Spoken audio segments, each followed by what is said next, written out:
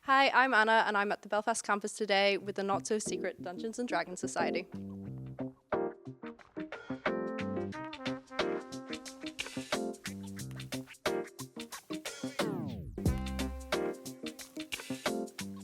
My name is Becca, and I am the chairperson. Um, I'm Nathan, and I'm the social media manager. Every week we meet the BC building, level 3, shared between multiple rooms, but around the 102 area. Every Wednesday, usually we bring stuff up around 5:15, and then from 5:15 to around about 9:30, that's usually when we kind of offer all of our supplies, services, all that type of stuff. We do beginners nights where we offer people who've never played D&D to play with some veterans and experienced players. And we do DM's night off where people who would usually be dungeon masters get a break and actually get to play for once. Do your new members, do they need to bring anything when they come to D&D for the first time? I know there's dice. Do they need to bring their own? Do they need to bring rule books? I know some people dress up. Is that something that happens? The dressing up is not required. Okay. Definitely not, but Does it happen? Sometimes I've definitely done it. It does enhance the fun, but I would not say it is necessary unless you're really confident. I would say if confident people do it, Yeah. it's fun. I would say you don't need dice because when you're really deep into D&D, you get like a bit of a dice addiction. It becomes a real problem. So people are usually pretty willing to share. But there are online resources for those who might not have the income for D&D. Easily done, just search it up. There's a website called D&D Beyond that we use. And once you are a member in our society, you do get access to it from us. And joining, you do get free dice anyway. Happy days. Plug. Start the Ooh, addiction. math rocks.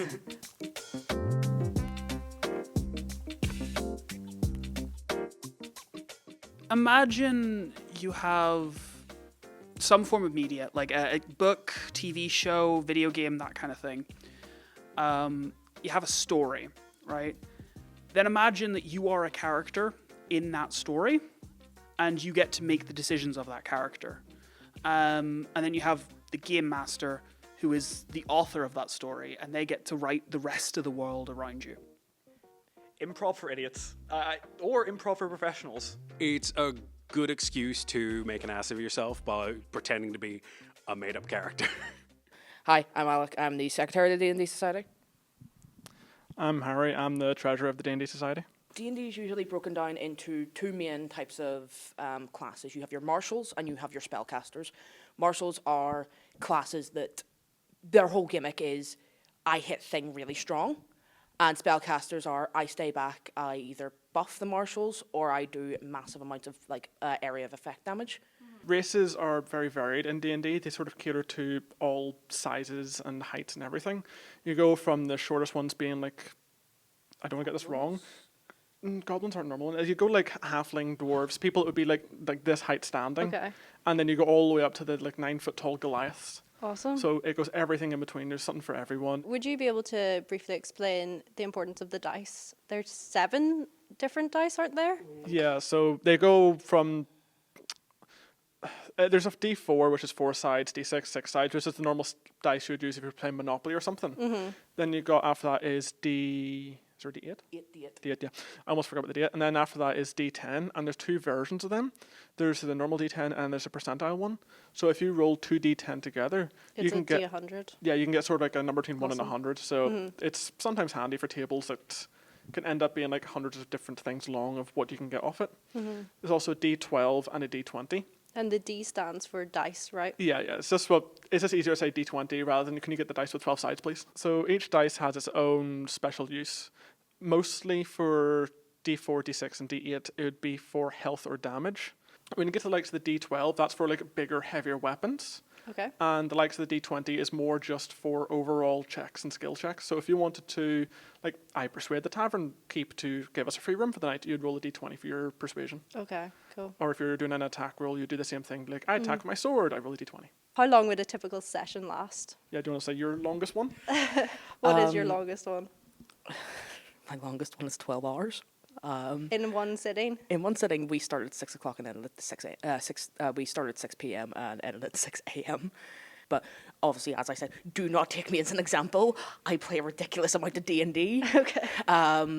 But bog standard, like in a society especially, your usual game will run for 3 to 4 hours. Awesome.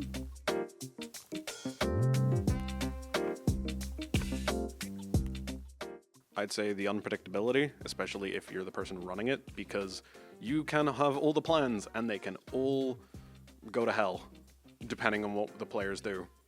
It's just a fun time that everybody can have, and it's just usually a lot of a laugh and usually just some great times of madness. Being together, knowing something unique to you, like that group, that kinship, that would be my favorite part. For me personally, I love the storytelling aspect of it.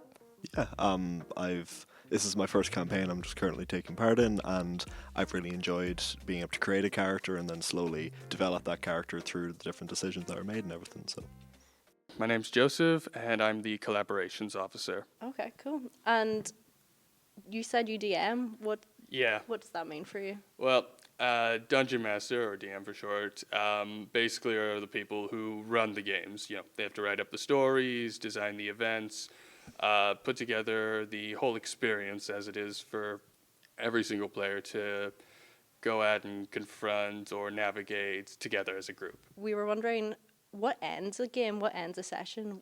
How do you know when to stop after 4 hours? When do you know? It's more just when the players reach the climax, the ultimate event of the whole story, and that's usually like defeating a great boss or completing the objective that they were given from the very beginning. Like last year, I ran a campaign that the final goal was to eliminate a huge cult that lives in a haunted forest, and slaying their god of worship, which was basically a two-headed dragon. Awesome. It was a lot of fun. So when they finished and killed that dragon, the game was over? Yeah. Okay, cool.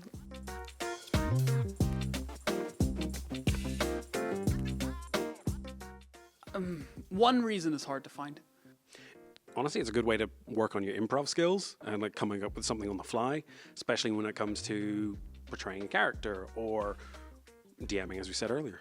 I think I've really made proper friends for life through this. You get to build relationships with a lot of different people, you get to meet people, and then you form lifelong friendships.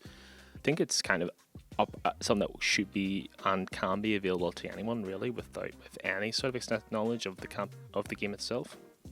I'd say it's just another good reason to hang out with your friends, something you can sit down, spend time together, something you guys all work on as a group. It helps you develop as a person. For a long time I've been interested in sort of like fantasy stories, be they in like movies, TV or games, and so Dungeons & Dragons is essentially the opportunity to take part in a wholly original adventure that like you would see in any sort of stories like that.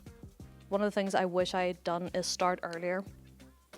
You know, the best time is to start now, really.